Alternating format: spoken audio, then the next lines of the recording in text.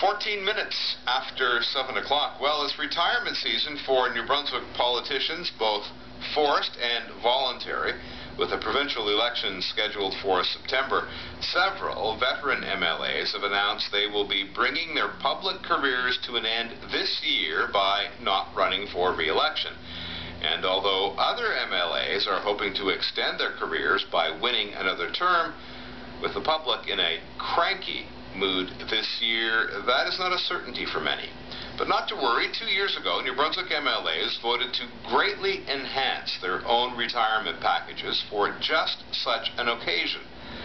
A lot of attention has already been paid to how MLAs quietly boosted their pension benefits 85% by changing the way they are paid.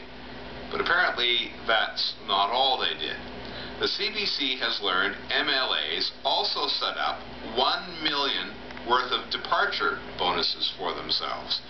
And news of those bonuses is just now surfacing. The CBC's Robert Jones discovered them, and Robert joins me now to talk about them. Morning, Bob. Morning, Terry. Okay, before we get to this new pot of money for MLAs leaving office, it is an election year. Do we know how many MLAs will be calling it a career this year? Yeah, I guess, we won't know for sure until the election is over, obviously, how many MLAs will not be back next year. But so far, we've had 6 MLAs confirm they are not running for re-election. Most made some kind of an official announcement in the legislature before it broke, like this announcement made nearly 2 weeks ago by 11-year Liberal MLA, Rolly McIntyre. I want to thank everybody, all my colleagues. You've been great people. I think you're right, the member from Madawaska. We should treat each other with respect, and we should leave here as friends. And I'm proud to say that I'm leaving here today, and I have no regrets, and I consider everybody here a friend, for sure. Thank you. So that's the very likable Rolly McIntyre announcing his career as a New Brunswick MLA ends this year. And similar announcements were made by Liberal Stuart Jamieson, Joan McAlpine-Styles, and Eugene McGinley, and also by Conservatives Tony Hutchins and Janelle Volpe. So, that's 6 we know of for sure who will not be back. Right, and any sitting MLA who's defeated in the election in September will be joining them on the sidelines. So let's talk about this new $1 million fund that's being set up to pay veteran MLAs as they leave office. What do we know about that? Yeah, you can call it severance pay, departure bonus, golden handshake, whatever really you want. MLAs call them reestablishment allowances, and they have that name because until recently they were payable only to junior MLAs who leave office before you qualify for an MLA pension. You need 8 years in office to qualify for a pension, and because there's no EI for MLAs if you serve, say, 4 years and lost your seat, you were out of luck. So instead you would be entitled to about $15,000 or so to reestablish yourself back into private life, hence the name. But 2 years ago, MLAs quietly made a move to have these allowances paid to everybody, even to MLAs who are not reestablishing themselves, like those who will be retiring on a full pension. Okay, just to clarify, these departure payments, severance payments, existed before, but they were limited to just a few unlucky MLAs who didn't last very long in office. Yeah, that's right. The allowances were created in the mid-1990s, and for the last 15 years in New Brunswick, the rule has been MLAs could leave office either with a pension or with a reestablishment allowance, but not with both.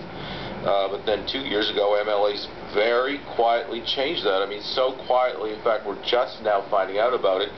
But this year, MLAs retiring with pensions, even those with big pensions, will also be paid these reestablishment allowances, and they are much larger than the ones previous MLAs were entitled to.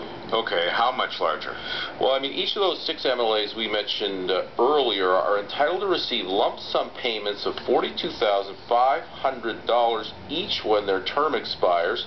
Now, Eugene McGinley was entitled to the money already because he does not qualify for a pension, so he met the requirements under the old rules, but the other 5 are getting this money because the rules were changed in their favor to allow it, the same amount of money will go to any other veteran MLA who gets defeated in September. So the bill for this change could easily approach $1 million just this year.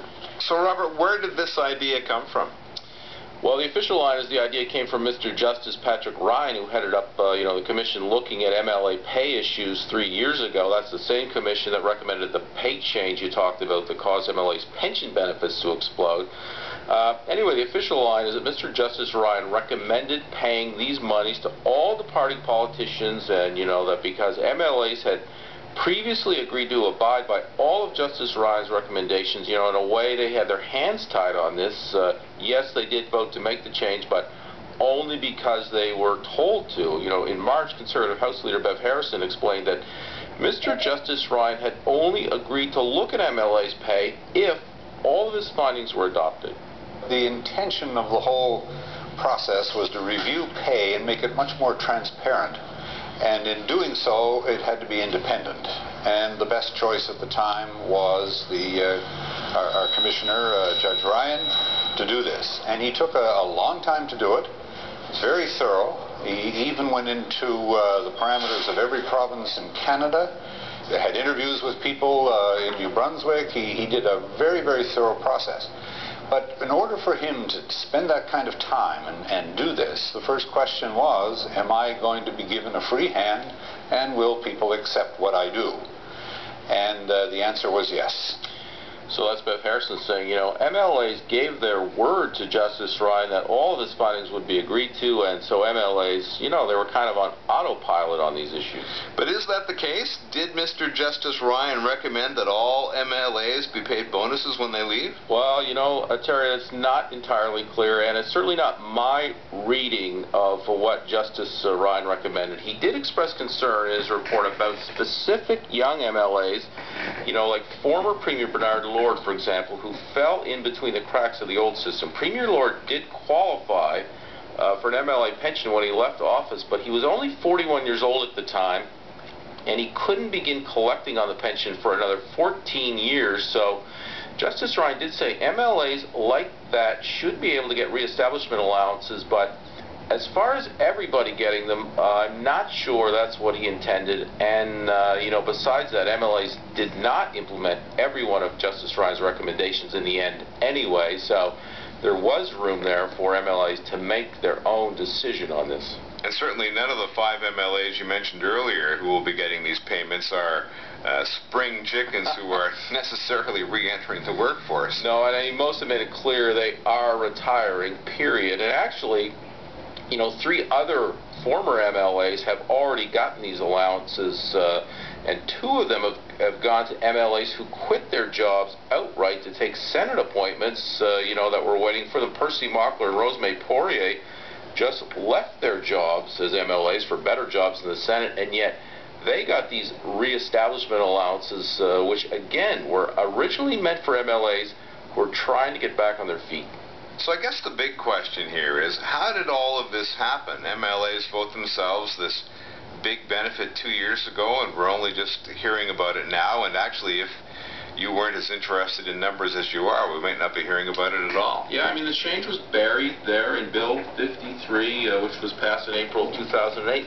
And although all new legislation is supposed to come with notes in it explaining specifically what it is doing, there was no note about this element in Bill 53 at all.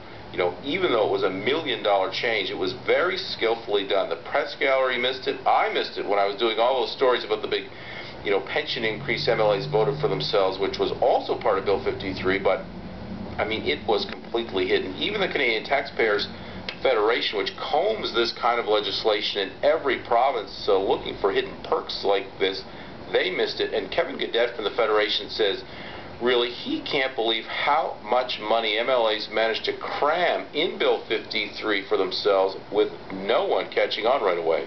I think that's a clear example of good intentions gone awry. The first problem arose when they realized that as a result of increasing their salaries, their pensions exploded, and now we're learning of these generous severance packages, and we're curious to find out. I should, in fact, probably get to the legislation and see what else lurks underneath the rocks of lucrative pay perks and pensions for these politicians. So that's Kevin Gaudet of the Canadian Taxpayers Federation says, you know, he's going to look to see if there anything else is buried there in Bill 53, but it's hard to imagine anything else really can be hiding in there. And as you know, Terry, MLAs